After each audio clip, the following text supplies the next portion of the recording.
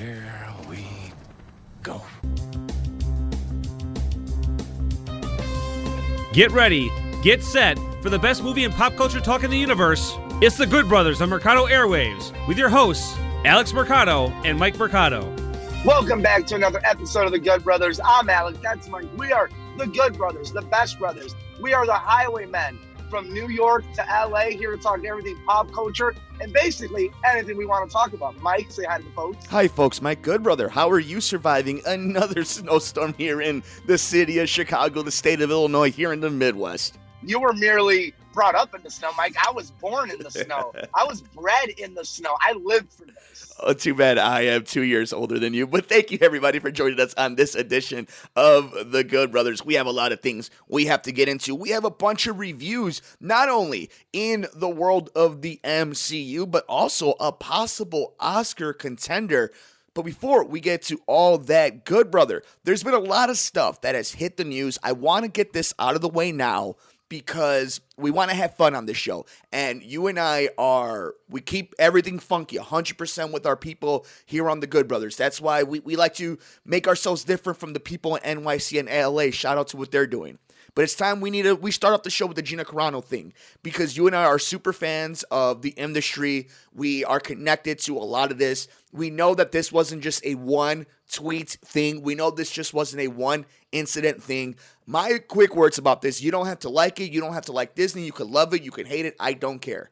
Freedom of speech does not mean freedom of consequences. That is what this is. You have a multi-billion-dollar corporation who warned their employee before, don't do this. They kept doing it. These are the ramifications. That's my thoughts. Good Brother, the floor is yours.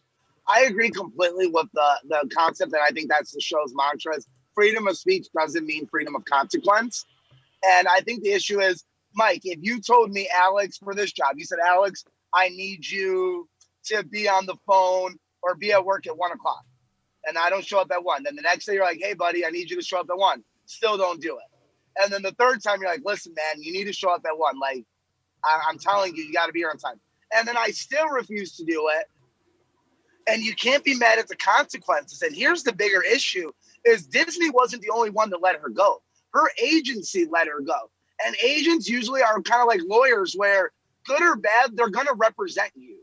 And so for her agency to let her go, you know there was a lot of issues. You know she wasn't taking these threats, or not even threats, these warnings, honestly, because we've seen Disney not give so many warnings to a lot of people. Let's not forget, James Gunn got fired for 10-year-old tweets without warning.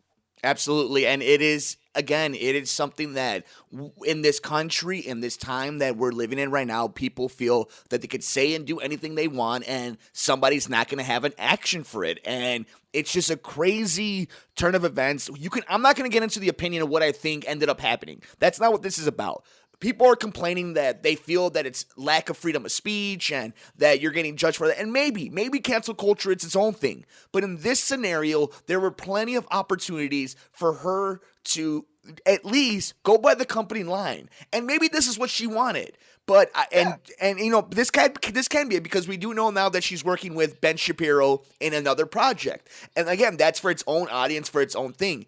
But I feel like the message needs to be clear for anybody who's listening to this for the first time. Gina Carano did not get fired for one single tweet. She got fired for a bunch of different things that have been going on for a long time now. And all Disney tried to do was give her every opportunity to make, quote unquote, right in their eyes, or at least to, calm down a bit. And they were going to give her own series. Nobody else is to blame about this but Gina Carano. I agree. Like, you were handed the keys to the kingdom. They gave you multiple warnings. They gave you multiple chances to say, listen, you can believe what you want to believe, but you represent a brand. They hired you. And like you said, maybe this is what she wanted, because now she can go work for Ben Shapiro and his company and do whatever she wants. But I hate when people talk about Twitter and this. I'm like, these are privately owned companies. Plenty out there if you want to go out there and say certain things, but you can't be mad when a company decides, I don't want that representing our brand that we build. So, good brother, we'll definitely just keep our eyes on this, because obviously we want to know what this means for casting, how deep she really was with the company, what they were going to do. You and I, from what we have understood from, checking our sources and our favorite podcasts and our favorite connections, that they were really going to go all in with Gina Carano, but as of right now, the disconnect has happened. The separation has happened. I don't think it's going to be a James Gunn situation where James Gunn came back and now he's going to go into directing another movie. I think this is a done deal now. You won't see Gina Carano back in it. But I feel like you and I just needed to address it on top just to acknowledge that it was a big story that happened. Yeah, I agree. But with that, good brother, let's go ahead and have some fun here on the show. And, it was a good one. Wandavision, Season 1, Episode 6. Is that correct, good brother? Yes. We are rolling through this season because it was the Halloween special. I tweeted it out when the premiere happened. This is my interpretation of it, and then we'll let the good brother roll. When the twins looked right at the camera and started talking to us, all I could think was, life is unfair. More Evan Peters, please, and thank you. Hell yes, another dead body scene. If you know, you know. And of course, Elizabeth Olsen is a goddess. Dear God, I wish that those witch fortune teller people were real. And Vision, Scene, damn. Those were my thoughts. Good brother, I can gush all I want about this, but you were really sold on this episode. Your thoughts? I think it's interesting to see where people judge the show. I think everyone can agree the show is good. It's the most watched thing in the world right now. So that's a double positive. I think it's interesting that like every generation likes a different episode for different reasons. I think because we grew up with those Malcolm in the Middles, those were our sitcoms that we didn't have to go back and watch, that we were watching live. Right. That we enjoyed this a lot compared to older audience might have enjoyed last week's a little more, or 2 weeks ago. But I think we're all enjoying that we don't know anything. We don't know shit. They basically said, hey, those theories you had, we're going to kill 2 of them right now. Or are we? So they're really dragging us along. Now, here's where the issue comes along, and I get where people have this. They are setting themselves up where if this landing isn't Luke Skywalker Mandalorian landing, you're going to see a lot of backlash from the casual fan. They have to deliver a big name. It has to be a Magneto level, a Michael Fassbender, a Wolverine. Like, it has to be on that level. They've set themselves up for that. For we have to get a huge, huge ending, and then this show can go down as like, man, that was like A level. Because if they don't really hit on that, I think it's going to leave a bad taste, because the reason you're keeping everyone is the taste. You're giving us a taste. But if the meal doesn't turn out to be good at the end, I think it's going to really leave a mark on the legacy of the show. You know, that's interesting because when you're talking about the legacy of the show and then them teasing everything and answering more questions and then leaving some more questions while they're doing it, that's kind of the brilliance of an episodic series like this, even if it's just a mini series. Now, I guess my thing about sticking the landing, everybody was wondering if this Evan Peters casting, and by the way, it's not the Pietro from the X-Men universe. This is Pietro. This is Taylor Johnson. This is him, except it was Evan Peters who is now playing that character. If I'm supposed to read what everything was being told, and then we get that's what they're telling us, yeah. So that's how I'm going to assume it now. Catherine Hahn, they said she's not the bad guy. And if you're talking about sticking the landing, who is Rambo and Wu going to go see? Who is this person that's going to get them into the quote unquote hex? Do you have an idea? Is this the big name that everybody's talking about? No, I think it's another red herring. I personally think we're going to get a level of Ian McKellen or Hugh Jackman or Michael Fassbender level of cameo. I think they're purposely giving us red herrings. I like to think this show is so smart that that's why it took a little bit to get into, because they're really setting the breadcrumbs. So I'd be really let down if it's not something big, but I think this one, the car person, will be another red herring. And we've seen in the trailers them get in and use the car. So I don't think this is where we get someone crazy. I think it's going to be like, oh, was that it? And they're going to keep making us ask that question until we get to, oh, that's it. Oh, okay. As far as you are when it comes to like your theories and whatnot, for anybody who doesn't know, and this is a spoiler when it comes to kind of the MCU in general. So if you don't remember anything from some of the other movies, the recent ones, and you don't want to kind of like know what's going to happen ahead of time, kind of this is the end of it. We love the episode, whatnot. But don't forget, this is taking place just a few weeks after Endgame. 3 weeks exact, I believe. Spider-Man Far From Home takes place 8 months after the Endgame. So anything that's happened in Spider-Man has happened since WandaVision. So everybody keeps talking about these multiple Spider-Mans and, how this is going to connect to the new Doctor Strange movie and the Multiverse of Madness. But really, we've seen a little bit into the recent future while we're in this show. And we're starting to see stuff for Falcon and the Winter Soldier, which, by the way, is only a week gap between this show. So my question to you, good brother, is, you just mentioned we don't know anything. Do we really not know anything? Don't. I think something huge is going to happen. And when you're dealing with multiverses and timelines, just because Spider-Man takes place 8 months later, we don't know what happened in the middle. Like, something crazy going to happen that they're not aware of themselves because they were part of it, Interesting. That's going to be an interesting callback to see over the next 3 episodes as we finish off WandaVision, a wonderful miniseries. I think it's a miniseries. I don't think this is going to be a ongoing thing. I think eventually they're going to get Elizabeth Olsen into the big screen. She's going to blow up at some point. So I think this is pretty much it for WandaVision on the streaming service. If movie theaters are coming back and if we're going to go back to normal, I could see them investing really, really big money into a cinematic thing for them. Last point, though, I think, and I agree with you, I think Olsen's going to the theaters. And Disney's been very strict. Like, Black Widow is a theater movie. It's not a Disney Plus thing. So they're still betting on that movie. Like, they're doubling down on it to go, Alex. But I think what you're going to get is a Speed and Wicked, some sort of Disney Plus thing with them. And, I think that's where we'll get a sideshow. I don't think we'll get a season 2, but I could see Speed and Wicked being part of some sort of Young Avengers show and maybe show up in the Hawkeye show eventually. That would be really fun, and unless they decide to kill off those poor kids. But I don't know if they're going to do that after investing so much time and showing them having cool powers, which, by the way, that was really, really fun to see how the MCU in this version, because, it's funny. Age of Ultron is kind of long ago, so to see them kind of do the updated version of Quicksilver is really fun. No, I agree. Like, it's been a while since we've been at the Age of Ultron timeline. And you know me, I'm a Flash mark. So for the MCU to finally have a speedster is, kind of long overdue in my opinion.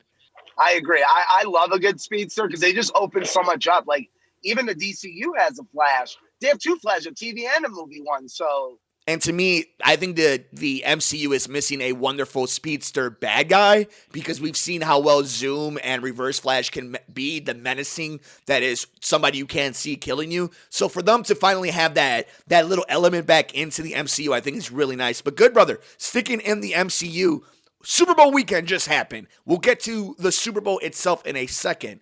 What did you think about the trailers and, more importantly, in my opinion, what we saw for Falcon and Winter Soldier? I thought it was the worst year since I've been alive we've gotten for movie trailers, but I expected that purely for there's nothing new coming out in theaters, and everything that's on demand or on a streaming service has already been put out because they have to get the hype and subscriptions up. So I'll be honest, there was no specific trailer I was like, oh my God, that was so good. Especially for someone like you and me who we specifically reach out and get these trailers and find them. So, I was very let down with that, but I knew this would be the year. Halftime show I thought was bad. The game, I didn't like the Super Bowl. The game was a little boring toward that last half of it. The halftime show I think would have been a great concert, but it's a halftime show. You need a performance. I'm expecting a show like Shakira and J-Lo, and I got a decent concert with songs I hear on the radio all the time. And then TV-wise, commercials, we didn't get a lot of movie stuff. We got a few funny commercials, but you can definitely tell it's a pandemic year that companies weren't investing in this TV time because there's really nothing to invest in for it. It's funny because so as a game, we've talked about it over the last week on Sports from the Couch that, it wasn't a good game. I feel like you have me as a sports fan, I think, and I've said this on the show, when you have a team like Kansas City, it doesn't matter how good you are. When you've gone to 2 straight Super Bowls, when you've gone to 3 straight AFC championship games, when you've played so many games, it's going to catch up to you. And eventually you're just going to run out of gas. It happens to the greatest teams of them all. And then you talk about the actual, ambiance of the game. It was still kind of weird to see so many fans in the stadium. Then you talk about the halftime show. I like The Weeknd. I like some of his songs. I thought the performance would be awesome at the United Center in a summer day with 20,000 people in clothes having a wonderful concert. I don't know about the Super Bowl, somewhere where Prince played Purple Rain in Miami when the Bears and Colts are playing, or when Bruno Mars is tearing it down, or Shakira and J-Lo make every single human attracted to just two females. Like, it is unbelievable what we've seen in a Super Bowl. That wasn't it. And then when it comes to commercials, I had a lot of people asking me, why so many things for Paramount? Why so many things for like Nickelodeon? Because that's all owned by the same people. CBS, that's like asking, why do you see so many Disney commercials on ABC? It's like, because that's who they're paying for, you know? So with that, and then the Falcon and Winter Soldier was the best thing we got when it comes to like meatiness, you know? And I hated the little promo they gave, but I love the actual trailer. You know, what's funny is we've always said that Captain America is the Jason Bourne of the MCU. And I think we're getting a lot of that in this series. What do you think? Yeah, no, I agree. And it turned out to be the most viewed trailer. And I believe it might have been the most viewed content of the Super Bowl was the little snippet from Falcon and Winter Soldier. I agree. It looks very John Wicky, Jason Bourne. And Yeah. I'm in on it. I love Anthony Mackie and Sebastian Stan. Like, their bromance is like, that's what you and me eat that up, dude. I cannot wait for this series. The fact that Disney Plus basically, we're going to give you Mandalorian week off. Here's WandaVision. Give you a week off. Here's this. And then HBO giving us all the little movie nuggets. Like, so good. I cannot wait. March is going to have so much, Mike. Yep.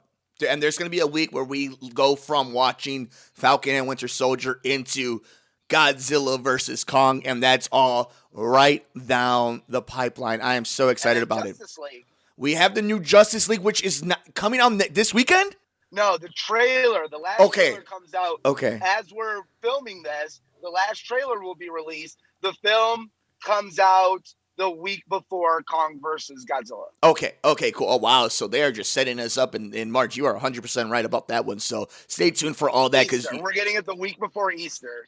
There we go. Yeah, and you know how excited we are here on the show for Godzilla versus Kong. I actually just watched Shin Godzilla over like a span of 2 days at work, and I am so hyped to see what they do with this franchise, because you know if they hit a home run with this, they are going to Sizzler for the next decade. So they want to make sure they hit a home run in that movie. They want him, and Disney wants to make sure they hit another home run with Falcon and Winter Soldier. Let me ask you this before we move on, good brother, to your reviews.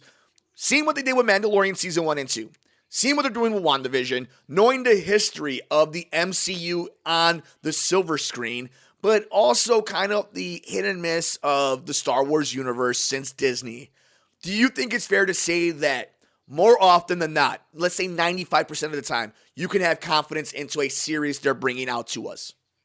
Yes.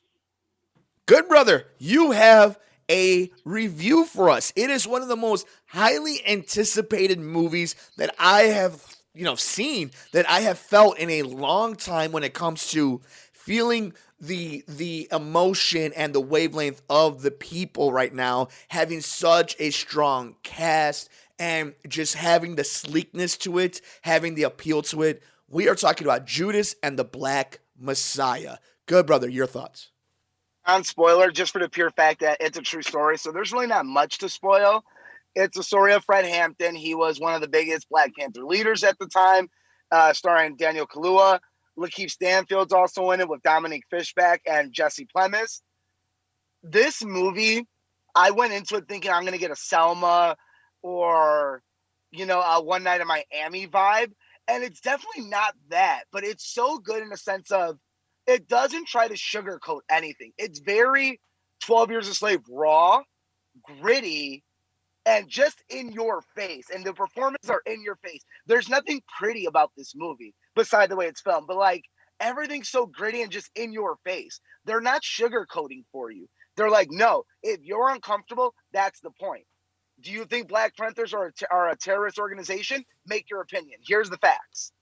Did they kill Fred Hampton and they settled, and the police department in Chicago, and the FBI, they settled out of court that they did murder Fred Hampton, almost similar to what happened to Martin Luther King Jr., where They didn't say they did it, but they settled out of court. So what does that tell you?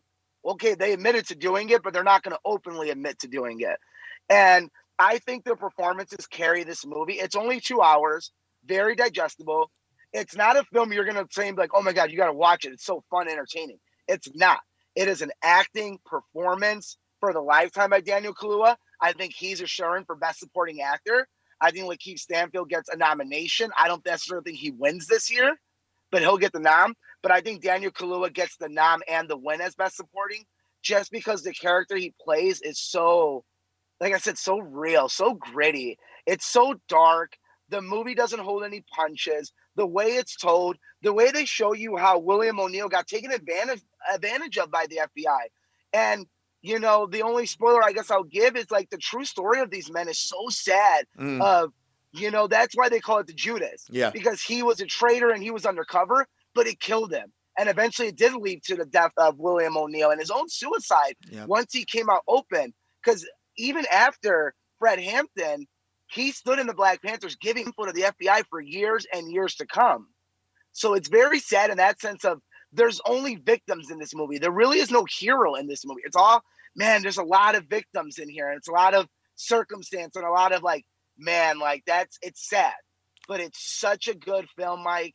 It's top tier. It's going to get a nom.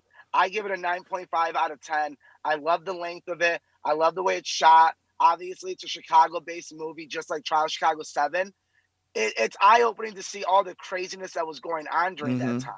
And I think it really makes you ask yourself, you can support Black Lives Matter, but we're not talking about that. We're talking about the Black Panthers. You can support law enforcement, but we're talking about the FBI back in the day who was known to be very sketchy. So it really makes you question where your loyalty was, and it makes you see the gray, that there's gray in every area, whether you're on left, right, middle, there's a gray area, and you have to acknowledge that gray area. I love this film. I would recommend it to, you know, film connoisseurs or people who just like historical tellings of these things. I put it up there with Trial of Chicago 7. These two are my favorite movies of the year. You know, good brother, it's funny. I had one of my good friends post on social media. For some reason, I thought it would be okay to wake up and be angry. Definitely needed to watch something lighter after this. Judas and the Black Messiah. He is Everett O'Neill. He has joined us on Outreach Radio Chicago when we talked about racism in America after George Floyd. And he is one of my radio brothers, one of the good humans on this planet. And is that emotion kind of shared, good brother? Is it one of these things where you're just going to be mad at points watching this movie? Yes. Again, it reminds me a lot of 12 Years a Slave, and the sense where you know you're watching a great film, but you almost feel powerless because you know what's going to happen. And especially during this time in Chicago, dealing with law enforcement and especially a group like the Black Panthers, which were labeled a terrorist organization. And again, I'm not saying they are or not. That's not the conversation we're having now. I think that's worth a bigger deep dive, but I'm not the person to make that deep dive. But the movie makes you ask that. And I think that's what I love about the movie. It's like whether you're pro law enforcement or pro protest, it's making you see the gray in both. It's making you really say like, no, you really have to form your own opinion, because if you blindly follow either one, you're wrong. And both are doing wrong things. Both have bodies on them. Both are murdering groups, technically, whether you agree with them or not. I am so excited to watch this movie. I love Chicago history. I've been fascinated with the history of the FBI and just what's happened when they've seen a group like the Black Panthers and the impact the Black Panthers had, and just kind of this time in history where whether you agree with them or not, whether they were peaceful or not, Black influential people being murdered in this time period, and it was something. So fascinated to see this movie. Good brother, you definitely think now, is this movie going to be eligible for the coming up Oscars or next year's? I think with the new rules this year, that anything we see in January, February should be eligible for this year. Okay. Or else they would have moved it later. So I believe we're starting to see the last bit of it, like in February, of the Oscar movies in contention for this year still. Yeah, like Nomadland and stuff like that. So we're starting to see like the last bit of it. Exactly. Okay. Yeah, like there's another one coming out soon. So we're going to start seeing them the next few weeks. And I think this is the last stitch of those Oscar films. Very interesting. Well, good brother. I am excited to see this. I will give my review next year. And it is a movie that is, you know, it sucks that we have to still be so prominent about it. But in February and Black History Month, to have a movie like that. It's big. And then One Night in Miami, and obviously what that meant for Regina King. So for that to be the last few weeks, it's a good time for us to really be paying attention to movies like that. But good, brother, I have one last thing before we let you go. You want to make some predictions? Sir, we have a takeover. Takeover Vengeance Day, because they can't do St. Valentine's Day Massacre. We have an NXT TakeOver Vengeance Day, and we will start off with Johnny Gargano defending the North American Championship against Kushida. Johnny Gargano, baby. I got Gargano too. I agree. I mean, I like Kushida, but I definitely think this is they're not going to stop with Gargano now. MSK versus the Grizzled Young Veterans in the men's Dusty Rhodes Tag Team Classic Finals. The winners will receive a future NXT Tag Team Championship match. MSK, obviously, this is to build them strong, and then they're doing a great job as they've come in, and this is definitely, you can see the pieces going of, like, they can afford to beat this team, who are, you want definitely more of a face team going after these tag titles, so I'm definitely going with MSK, and I really enjoy them. I didn't know much about them before NXT, and I'm really enjoying what they're doing in their style. Got them winning. I've always been a big fan of the Rascals in Impact. I always loved that their little stoner gimmick that they had. I always thought it was really, kind of just funny for that universe. And obviously they can't translate that to WWE, but MSK, has some ballers in it in Wesley and Nash Carter. So interested to see. I like the Grizzled Young Veterans. I don't think they need this, but I also wouldn't be surprised if Triple H gives it to them, because that's a tag team he likes. So just to be different, I'll go with Grizzled Young Veterans. Against Imperium, and that'll be good. That would be very good. How about this one? Dakota Kai and Raquel Gonzalez versus Ember Moon and Shotzi Blackheart in the women's Dusty Rhodes Tag Team Classic. The winner also receives a future WWE Women's Tag Team Championship match against Shayna Baszler and Nia Jax's My Hole. Good, brother, who you got? Gonzalez. Yeah, right. I mean, Raquel Gonzalez. How long until she's the champion? I'd say it could be by Mania. Well, I guess it's set up by what happens in this match. I think this is the main event, but it's not going to be. But Io Shirai defends her NXT Women's Championship against Toni Storm and Mercedes Martinez. Strong, but I am looking forward to this because this should be very entertaining. So you're going to go with Io, staying strong.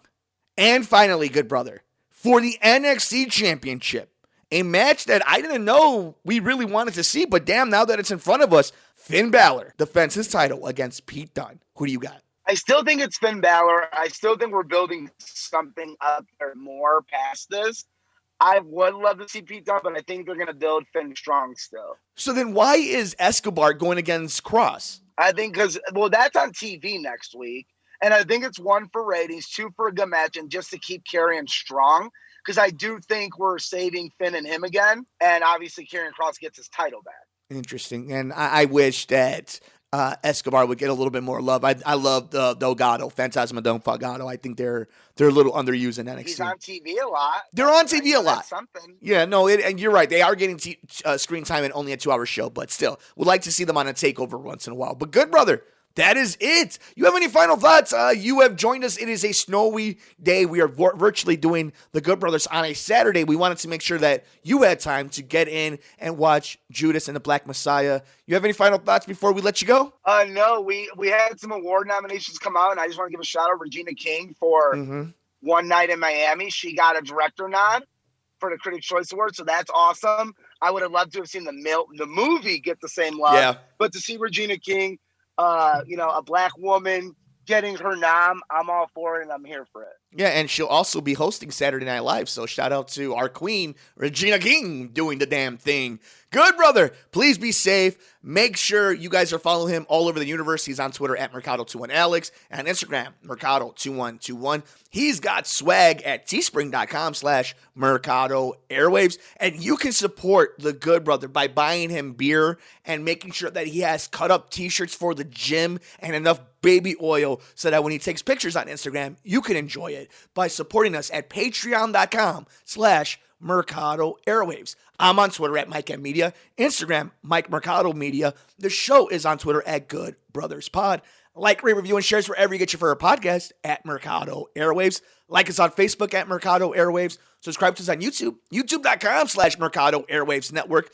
we are playing video games like NBA 2K21, Ghost of Tsushima, and very, very soon a sexy, very tall vampire lady will be chasing me around in Resident Evil 8. That's at twitch.tv/Mercado Airwaves. And of course, follow us all over the network to see what we're up to. The True Crime Show, the Gone Missing Podcast, this show, the interviews, the sports show on Twitter at Mercado Airwaves. For the good brother himself, Alex Mercado, I'm the good brother, Mike Mercado. We will see you next time here on the Good Brothers on the Mercado Airwaves Network. Thanks for joining us here on the Good Brothers, here on Mercado Airwaves.